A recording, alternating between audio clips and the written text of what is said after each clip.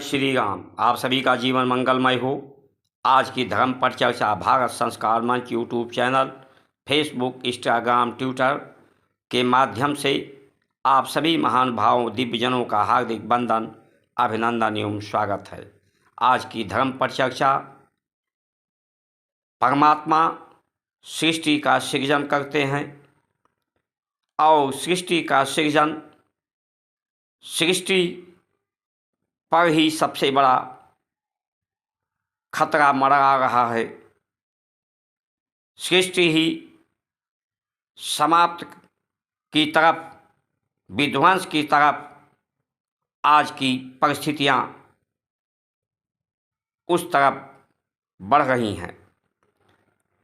खान पान आहार, लोग स्वाद के नाम पर, सम्मान के नाम पर अपने पेट में कूड़ा भर रहे हैं, बुद्धि में कूड़ा भर रहे हैं, पूरा जीवन कूड़ेदान बना लिए हैं।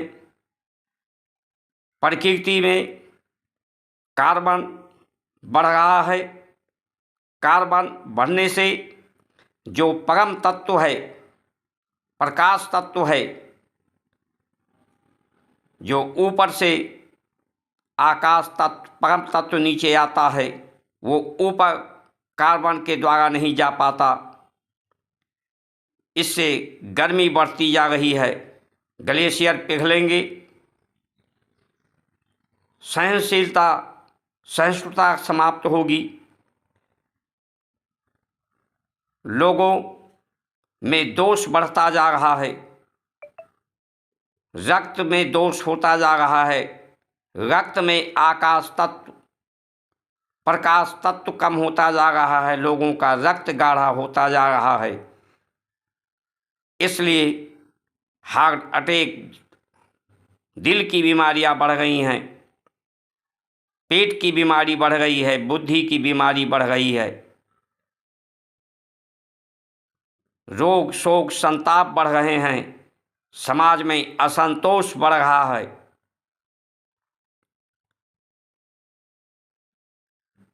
शब्द भ्रमित करने वाले होते हैं, क्योंकि एक एक शब्द के तीन तीन अर्थ होते हैं।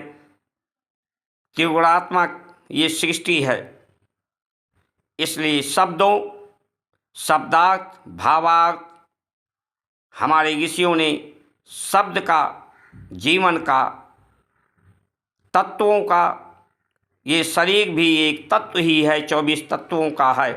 25वां तत्व परम तत्व है। इसमें इन तत्वों का सही विश्लेषण, सदुपयोग करना 4 पुरुषार्थ दिए हैं ऋषियों ने। धर्म, अर्थ, काम, मोक्ष।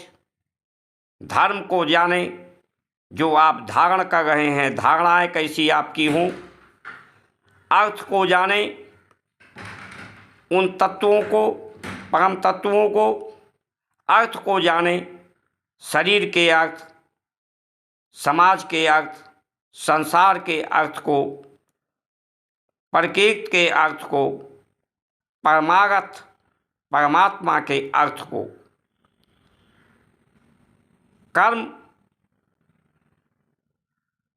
उन्हीं के अनुरूप हो, सत्कर्म हो, शुभ के लिए हो। मोक्ष प्राप्त करें सभी दुखों से, संसार के आवागमन से। संसार का कार्य ही है ऊपर से नीचे गिरना, नीचे से ऊपर उठना। ये आवागमन, जिस तरह से जन्म होता है, मृत्यु होती है, उसके बीच का समय जो होता है वो आयु होती है। इस आयु का सदुपयोग हो, लोग ईमानदार हों, समझदार हों, जिम्मेदार हों, बहादुर हों, तत्वों का सही से सार्थक प्रयोग कर सकें, दोष को दूर कर सकें, बीज के कार्बन को, जो बीज तत्व है, उसको धारण करें, ग्रहण करें, तो उसके कार्बन को जला करके निर्बीज करके, ताकि तन मन चित्त बुद्धि पवित्र हो। इसके लिए आवश्यक है वेद विद्या गुरुकुल के माध्यम से मंत्र को उपचार।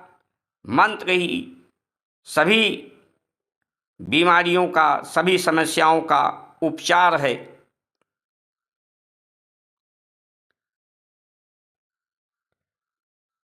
इसके लिए गौशालाओं का संवर्धन हो, यज्ञ परंपराओं का निर्वहन हो, जिससे प्रकृति सुगंधित हो, कार्बन समाप्त हो, न्यून हो। जीवन आप अपने को देखने के लिए दर्पण के सामने जाते हैं, अपनी सुंदरता, अच्छाई या अपनी अंदर की जो कुछ व्यवस्था है, उसी तरह से दर्पण के सामने देख करके आप अपनी व्यवस्था को, दोष को ठीक करते हैं।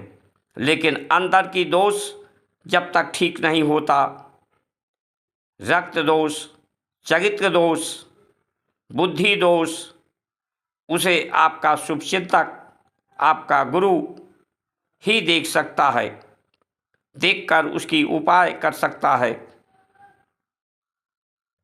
आपको मार्गदर्शन दे सकता है। लेकिन आज तो ये व्यवस्थाएं समाप्त हो गई हैं। हम पश्चात खान पान, आहार, वेशभूषा को ग्रहण कर रहे हैं, उन्हीं को श्रेष्ठ मान रहे हैं। उनकी भाषा को जितना अंग्रेजों ने नहीं स्थापित कर पाए थे प्रयास करके, उससे कहीं ज़्यादा 75 सालों में लोगों ने कर लिया है।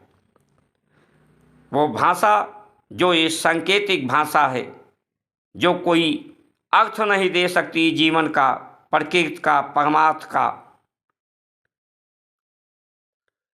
मम्मी डैडी, मम्मी मतलब जो मर गया है वो मम्मी, डैड जो मर गया है वो डैडी, मैडम, अपमानजनक शब्द ये अपने बच्चों को गाली गलौज सिखाते हैं हम लोग।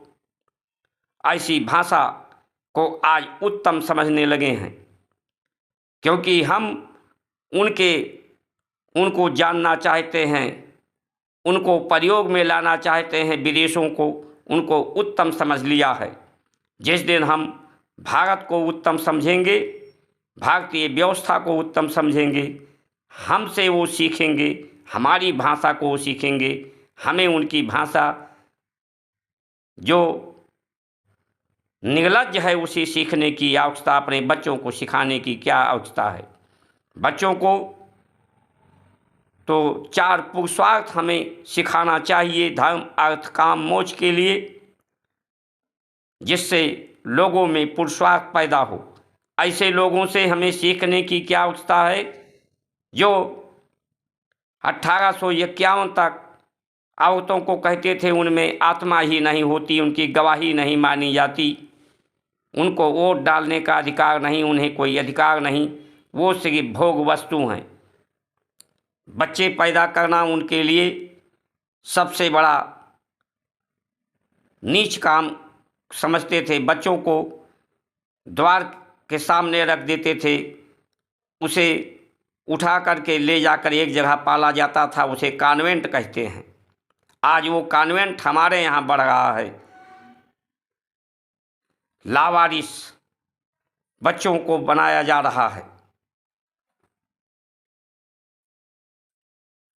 इसलिए आवश्यक है पूरी सृष्टि की सृजन के लिए, और सृष्टि के सृजन में आप परमात्मा के साथी बने, प्रकृति को सुरक्षित रखने में, सुगंधित करने में, राग द्वेष द्वंद्व प्रतिद्वंद को समाप्त करने में। इस वीडियो को सब्सक्राइब, लाइक, शेयर, फॉलो करके परमार्थ करिए, पुरुषार्थ करिए और परमात्मा की कृपा को प्राप्त करिए।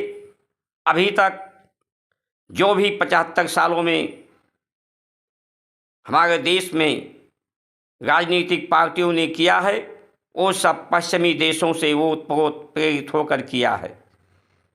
भारतीय जनता पार्टी ने भी जो और पार्टियों ने किया था विकास के नाम पर, वो सबसे ज़्यादा किया है। लेकिन भारतीय परंपराओं के लिए 404 चाहिए, क्योंकि इस संविधान में जो धर्मनिरपेक्ष शब्द जोड़ा गया है, सेकुलर शब्द जोड़ा गया है, ये व्यक्ति को धर्म से च्युत करता है। और जब तक धर्म नहीं रहेगा तब तक कोई ईमानदार, समझदार, जिम्मेदार, बहादुर नहीं हो सकता, भारत श्रेष्ठ, सामर्थ्यवान नहीं हो सकता। इसकी निर्बलता, दीनताहीनता समाप्त नहीं हो सकती। इस कर्ज मुक्त नहीं भारत नहीं हो सकता, यहाँ के नागरिक कर्ज मुक्त नहीं हो सकते। पंथ निरपेक्ष होना चाहिए। पंथ यानी रास्ता अपना अपना लोग आज़ाद होनी चाहिए।